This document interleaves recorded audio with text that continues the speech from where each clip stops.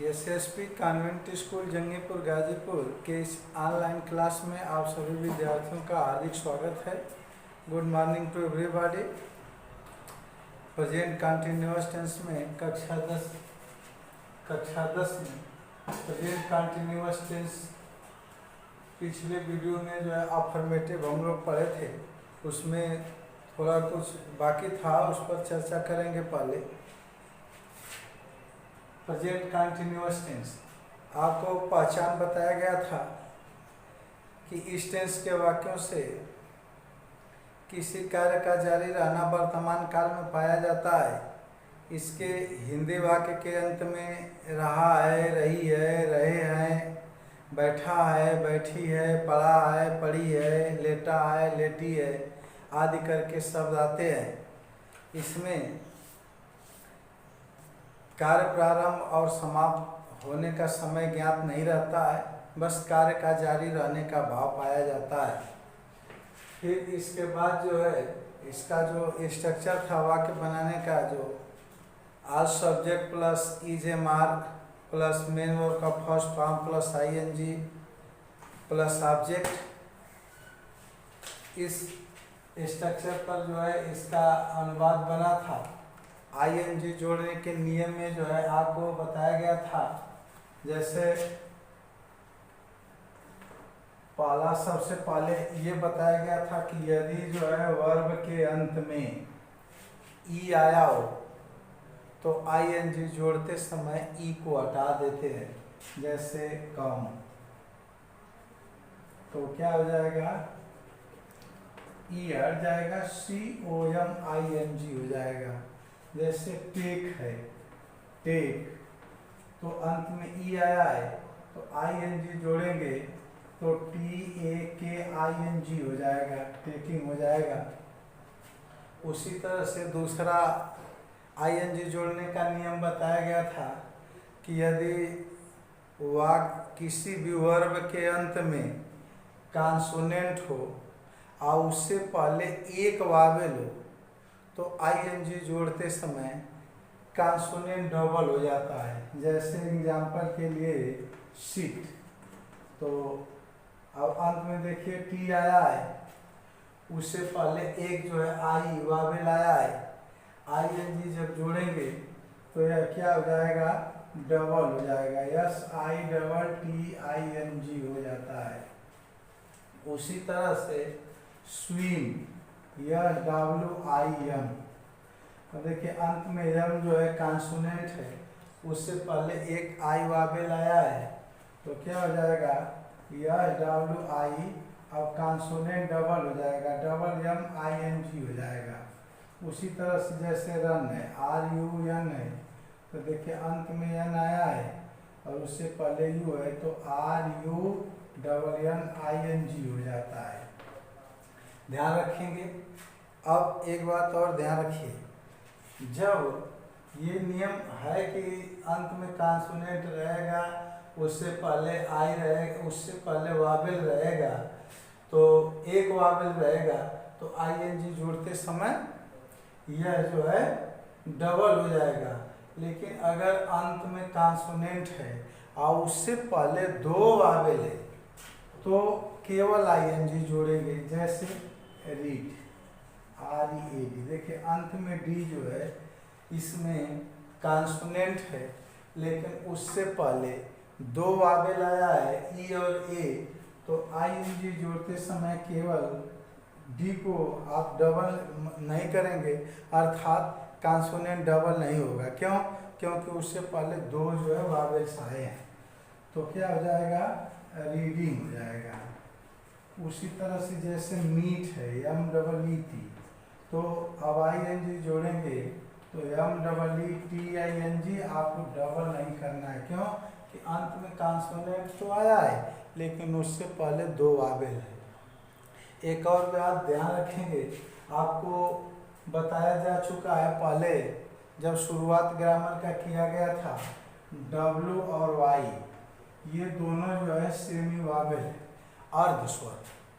अब इसलिए अगर ये दोनों शब्द अंत में आए हैं और उससे पहले अगर एक वावेल है तो भी आईएनजी जोड़ते समय डबल नहीं होगा। जैसे एग्जाम्पल के लिए प्ले, देख ना, प्ले अंत में वाई आया है, उससे पहले जो है ए आया है, लेकिन आईएनजी जोड़ते समय ये डबल नहीं होगा। क्यों? क्योंकि डब्ल्यू और वाई जब किसी शब्द के अंत में आते हैं तो उनका उच्चारण स्वर होता है, और जब ये किसी शब्द के प्रारंभ में आते हैं तो इनका उच्चारण जो है व्यंजन होता है, कॉन्सोनेंट होता है। जैसे आप प्ले को ही एग्जाम्पल आप उच्चारण करेंगे तो क्या हो जाएगा, प्ले अंत में ए आ रहा है, अगर वहीं जो है जैसे फ्लाई है या वाई अंत में वाई है, लेकिन जब उच्चारण करेंगे तो फ्लाई ई आ रहा है। तो यही कारण है कि जब, जैसे एक और आपको एग्जाम्पल बता दूं, सो, देखिए ये जो है अंत में आ रहा है तो सो ओ आ रहा है इसका उच्चारण। तो इसीलिए ये जान लीजिए कि डब्ल्यू और वाई जो है सेमी वावेल है, अर्ध स्वर, आधा स्वर, आधा व्यंजन। इसलिए इसको कहा जाता है कि जब ये किसी शब्द के प्रारंभ में आते हैं तो इसका उच्चारण व्यंजन होता है, और जब ये किसी जो है शब्द के अंत में आते हैं तो इसका उच्चारण जो है वावेल होता है। तो ऐसे जिस मतलब जो है वर्ब के अंत में डब्ल्यू और वाई आया हो और उससे पहले अगर एक स्वर है तो भी आईएनजी जोड़ते समय आपको डबल करने की जरूरत नहीं है। क्या हो जाएगा, PLAYING, प्लेइंग हो जाएगा। उसी तरह FLYING हो जाएगा। सो का SHOWING हो जाएगा, सोइंग हो जाएगा। इस तरह से जो है इसको करते हैं। अभी एक और जो है आपको आईएनजी जोड़ने के नियम में एक और बात जो है जान लीजिए। जैसे यदि जो है किसी जो है वर्ब के अंत में आई ई आया हो, किसी वर्ब के अंत में आई ई आया हो तो आईएनजी जोड़ते समय इसके स्थान पर वाई हो जाता है। जैसे एग्जाम्पल के लिए डाई, DIE, तो अब आईएनजी जोड़ेंगे तो क्या हो जाएगा, DYING हो जाएगा, डाइंग हो जाएगा। IE के स्थान पर वाई हो जाएगा। उसी तरह जैसे लाई, LIE, तो देखिए क्या हो जाएगा, LYING हो जाएगा। जैसे टाई, TIE, तो क्या हो जाएगा, TYING हो जाएगा। इस तरह से।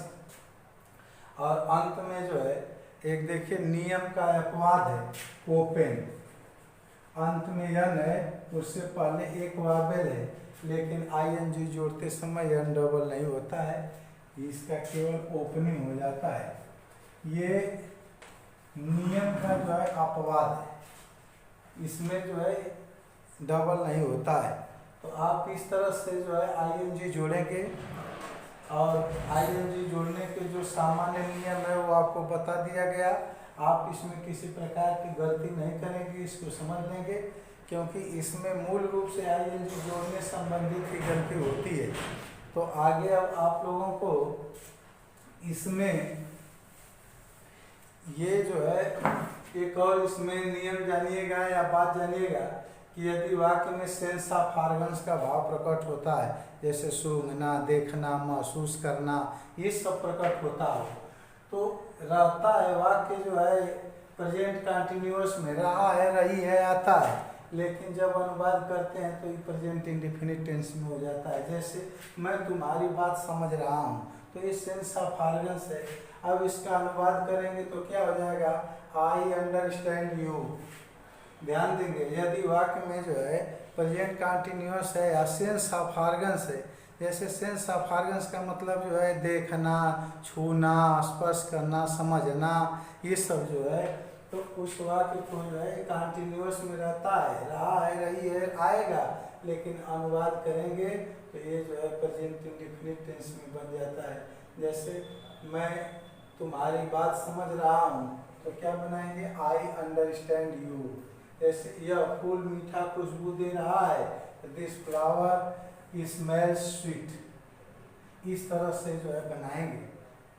तो अब मैं आशा करता हूँ कि अफर्मेटिव में आप जो है इसका अनुवाद बना लेंगे और इसको जो है सही सही कर लेंगे।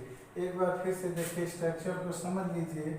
जैसे अगर सेंस ऑफ ऑर्गन से तो आप इसमें बना देंगे, अगर सामान्य वाक्य है तो वही पुराना स्ट्रक्चर से कर बना देंगे। जैसे आर सब्जेक्ट हो जाएगा और फिर इसके बाद जो है इज एम आर हो जाएगा, इज एम आर। इसके बाद मेन वर्ब का फर्स्ट फॉर्म और इसमें जो है आईएनजी जोड़ देंगे।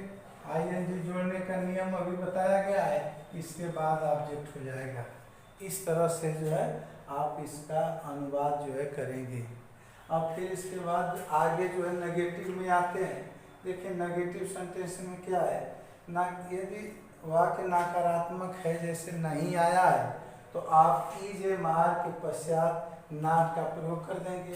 अगर स्ट्रक्चर के माध्यम से समझें तो और उचित रहेगा। जैसे क्या है, all subject is am are हो जाएगा प्लस नॉट हो जाएगा, फिर मेन वर्ब का फर्स्ट फॉर्म हो जाएगा प्लस आईएनजी हो जाएगा प्लस ऑब्जेक्ट हो जाएगा। एग्जाम्पल से समझ लीजिए, जैसे बच्चे सड़क पर नहीं खेल रहे हैं तो द चिल्ड्रेन आर हो जाएगा, फिर नॉट हो गया। प्लेइंग, देखिए PLAYING, playing on the road. इस तरह से जो है आप जो है अनुवाद बनाएंगे। अब आप उसी आधार पर अपना होमवर्क कर लेंगे। लड़कियां अपनी पुस्तक पढ़ रही हैं, वह स्कूल नहीं जा रहा है, विद्यार्थी निबंध नहीं लिख रहे हैं, मैं तुम्हारी बात सुन रहा हूँ, वे शोर नहीं मचा रहे हैं। अगर आपको ये समझ में नहीं आया हो, कहीं कोई डाउट हो तो आप मेरे कॉन्टैक्ट नंबर 9889665382 पर संपर्क करके आप समझ सकते हैं। Thank you very much.